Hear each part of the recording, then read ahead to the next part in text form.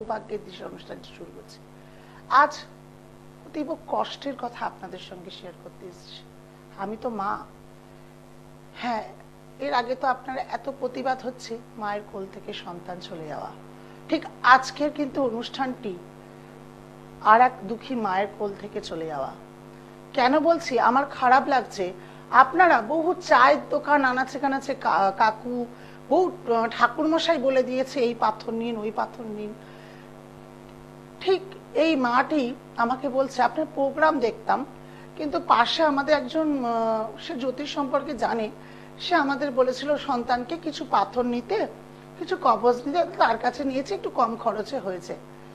কিন্তু সে একবারও বলেনি আমার সন্তানটা আজ এই পৃথিবী ছেড়ে চলে যাবে। খুব কষ্টের, আমি মর্মান্তিক হলাম তার দুঃখে, দুর্ঘটনায়। কারণ 23টা বছর শুধুমাত্র তার মায়ের কোলে থাকতে পারলো।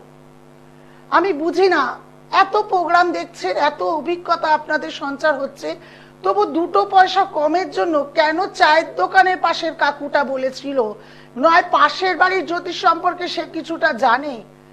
একটা অভিজ্ঞতার দাম আছে, জানেন তো।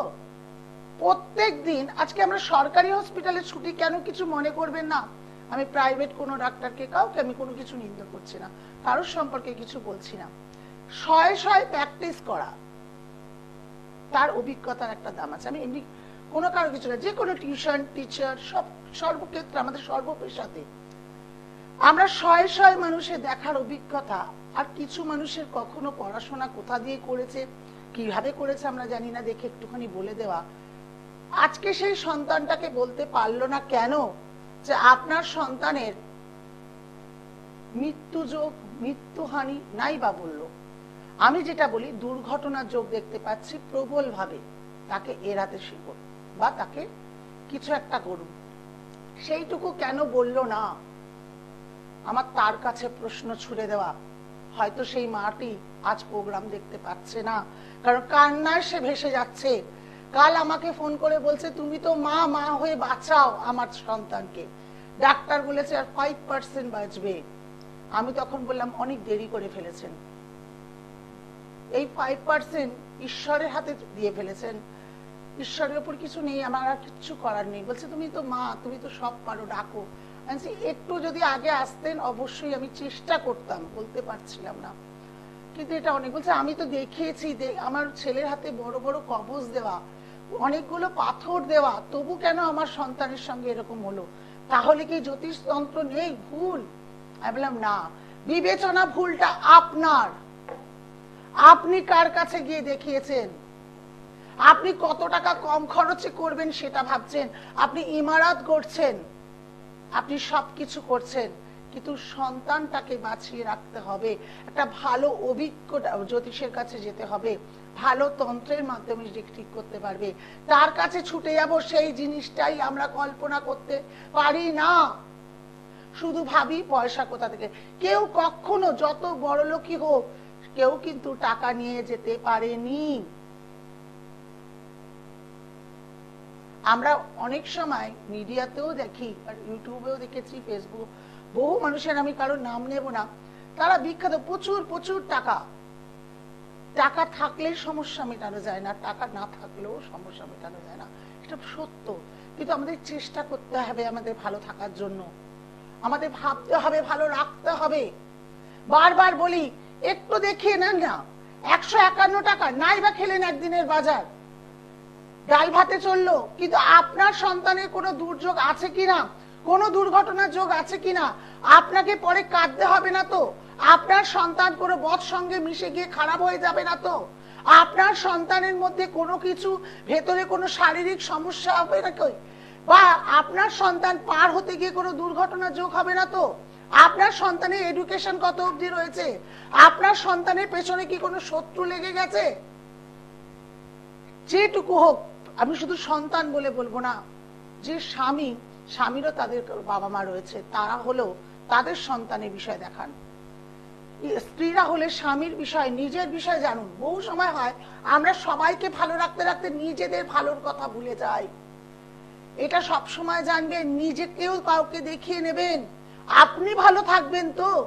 আপনি যে 5 জনাকে ভালো রাখবেন ভাবছেন, সেক্ষেত্রে আপনার ভালো লাগবে, সেক্ষেত্রে আপনি তাদেরকে ভালো রাখতে গিয়ে আপনাকেও ভালো থাকতে হবে। তাই আজ আবার বলছি, যারা মনে করছেন চেম্বারে আসতে পারছেন না, সময় হয়ে উঠছে না বা চেষ্টা করছেন হচ্ছে না, তারা 151 টাকা দিয়ে হলেও একবার জন্মছকের বিচার করে নিন। চেম্বারে আসতে গেলে একই ফিস নয়, একটু বিচার করে নিন।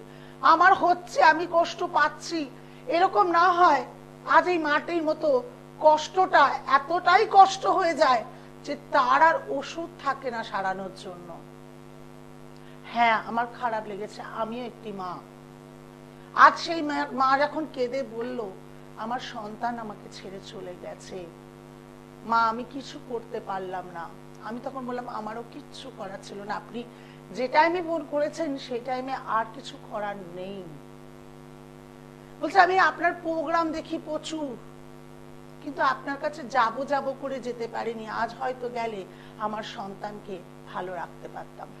আমি তখন এও বলেছি আমার এরকম জীবনে অভিজ্ঞতা হয়েছে যে ডাক্তার যখন ওই স্ট্রেচারে বসে শুয়েছিল রোগীকে, তার পরিবারকে জানাচ্ছিল হয়তো এই স্ট্রেচার থেকে নিয়ে নামতে গিয়েও হয়তো সেই মানুষটি মারা যেতে পারে।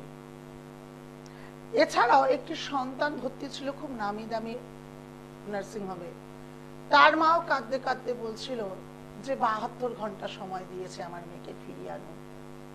আমি চেষ্টা করেছি, বিশ্বাস করুন, সেই 11 বছরের কন্যাটি আজ হয়তো 14-15 বছর বয়স হয়ে গেছে তার, সে কিন্তু মায়ের কোলে ফিরে গেছে, স্কুল পড়ছে, নিজের জীবনযাত্রা চালাচ্ছে। আর সেই 50 বছরের ভদ্রলোকটি যাকে 10 মিনিট বলেছিল ডাক্তার দিতে পারবে না, সে কিন্তু আজ 4 বছর বা 3 বছর হয়ে গেল নিজে রোজগার করে আবার খাচ্ছে। হ্যাঁ, এটা হচ্ছে বলতে পারেন চমৎকার, বলতে পারেন কিছু একটা, এটা ঈশ্বর ছাড়া কেউ পারে না। আমি হয়তো উপযাজক মাত্র, আমি তার কথাটুকু তুলে দিয়েছি, আর কিছু নয়। প্লিজ আপনারা আর নয়, একটু সজাগ হন, নিজেদের সন্তানদের ক্ষেত্রে কাউকে দেখিয়ে নিন। দেখে নি কে আছে। হ্যালো, নমস্কার দিদি, জয় জগন্নাথ। নমস্কার, জয় জগন্নাথ। কার বিষয়ে জানবে? আমার বোনের বিষয়ে জানবো। আচ্ছা, বোনের বিষয়। বোনের নাম কি? বোনের নাম সুস্মিতা হালদার। আচ্ছা, date of birth? Date of birth 9/5/2003। 2003। সময়? সময় বিকাল 4:42। বিকেল 4:42। জন্মস্থান? জন্মস্থান হাওড়া। আচ্ছা, তুলা লগ্ন, কর্কট রাশি, অশ্লেষা নক্ষত্রে জন্ম। এইখানে পড়াশোনার বিষয়, চাকরির বিষয় প্রচন্ড ভাবে চিন্তিত থাকবে। আচ্ছা, বোন কিন্তু মাঙ্গলিকও, প্রচন্ড ভাবে শত্রু তৈরি হবে এই জায়গায় দেখাচ্ছে। একটু অবশ্যই বলি, বোনকে সাবধানে রাখবে। এখানে পেটের অপারেশন, কোনো হঠাৎ করে কোনো দুর্ঘটনা যোগ প্রবল ভাবে দেখা দিচ্ছে। বোন আসার পর সংসারে প্রচুর উন্নতি হয়েছে, এখন সন্তানে কিন্তু মানে বোন প্রচন্ড রাগ, জেদ, তেজ বেড়ে যাবে। সরকারি চাকরির প্রবণতা প্রচন্ড বেশি, সরকারি চাকরি ট্রাই করতে বলো বোনকে, কিন্তু সাবধান, বিয়ে সব জায়গাটা ভালো দেখতে পাচ্ছি না। প্লাস মাঙ্গলিক আর শারীরিক দিক দিয়ে কোনো হঠাৎ করে কোনো পেটের অপারেশন বা কোনো কিছু যোগ দেখা দিতে পারে। এইবার বলো তোমার প্রশ্ন কি ছিল? আমি কি তোমার প্রশ্নের সব উত্তরগুলো দিয়ে দিতে পেরেছি না? প্রশ্নের উত্তর দিতে বলেছেন, একদম সঠিক বলেছেন। আচ্ছা, বিয়ের জন্য তো এখন চেষ্টা এখন পড়াশোনা চলছে। আচ্ছা, আর পেটের সমস্যা নিয়ে এখন একটু ভুগছে, মানে ডাক্তার দেখানো হচ্ছে। হ্যাঁ, ডাক্তারটা ভালো করে দেখাও, কারণ এখানে দেখাচ্ছে যে কোনো না কোনো ভাবে অপারেশনের যোগ রয়েছে।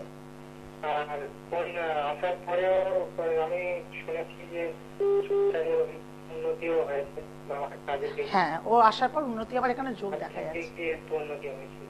একটু বোনকে ভালো কোনো ডাক্তারের কাছে দেখাও, যাতে বড় ধরনের কোনো মাথায় পাহাড় এসে না পড়ে, যাতে তাকে ছোট ভাবে তোমরা দেখতে পারো। আমি আপনার কাছে আমি গিয়েছিলাম একবার। তাই? কোন চেম্বারে এসেছিলে? আপনার হাওড়া ময়দান চেম্বারে গিয়েছি। আচ্ছা আচ্ছা আচ্ছা, কবে এসেছিলে তাও? আমার বিষয়ে গিয়েছিলাম প্রায় 1 বছর আগে। আচ্ছা, কাজ করিয়েছিলে কোনো? হ্যাঁ, কাজ অবশ্যই করিয়েছিলাম। আপনার কাছে গিয়েছিলাম, আমার একটু চাকরি সংক্রান্ত সমস্যা ছিল, মানে আমি কাজের চেষ্টা করছিলাম, অনেক অনেক কাজের চেষ্টা করছিলাম, কিছু কিছু জায়গায় কাজও করেছি। হয়েছে কাজ এখন চাকরি বাকরি করছো? আবার অন্য জায়গায় চলে গেছে এরকম। আচ্ছা যাক, কোথাও মন বসতো না, এ করতো না। ভালো আছো তো এখন? ভালো আছো? হ্যাঁ দিদি, আপনার কাছে গেলাম, আপনি বললেন সবকিছু, আমি কাজও করালাম আপনার কাছ থেকে। তারপরে 6 মাস পরে আমি ভালো জায়গায় কাজ পেয়ে গেছি। বাহ, জয় জগন্নাথ, জয় মা। ঠিক আছে, যদি তোমার ভালো করতে পারি তার মানে বুঝতেই পারছো তোমার বোনের ভালো করতে পারবো। আমার মনে হয় তুমি যোগাযোগ করো। হ্যাঁ অবশ্যই। ঠিক আছে, হ্যাঁ সামনেই আমাদের মহালয়া আসছে, দেবী শক্তি। এই দেবী শক্তিতে বোন যাতে শক্তিতে আরো এ হয়, ভালো থাকে, এটা দেখো। ঠিক আছে, ভালো থাকো।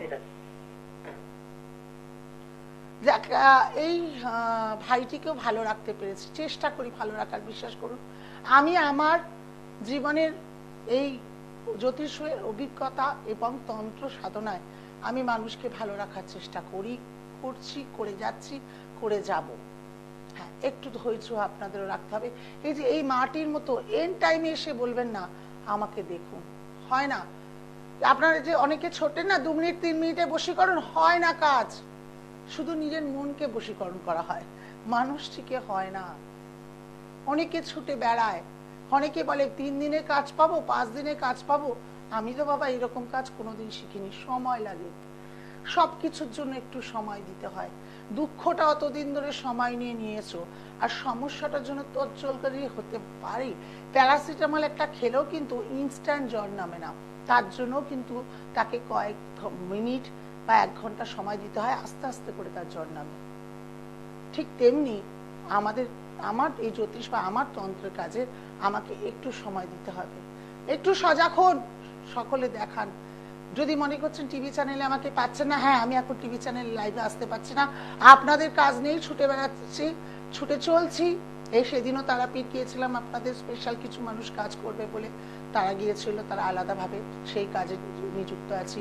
এছাড়াও এখনো কাজ চলছে, সেই সব কাজ আপনাদের জন্য। এসে চেম্বারে পৌঁছাতে পারছি না, তাই অনলাইনেও দেখিয়ে দিচ্ছি। আর যদি চেম্বারে হয় সেটি চেম্বারে ফিস বলে দিই আলাদা, এখন সবার পক্ষে চেম্বারে ফিস দেওয়া সকলের সম্ভব হচ্ছে না। হ্যাঁ, অনলাইনের মাধ্যমে আপনারা রেমেডি, প্রতিকার সবকিছু পেয়ে যাবেন, আপনাদের বাড়ি দরজায় চলে যাবে।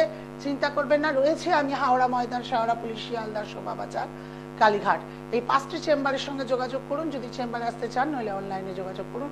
ভালো থাকুন, আবার লাইভে আসার চেষ্টা করব, যতটুকু পারবো আপনাদের জানাতে। নমস্কার।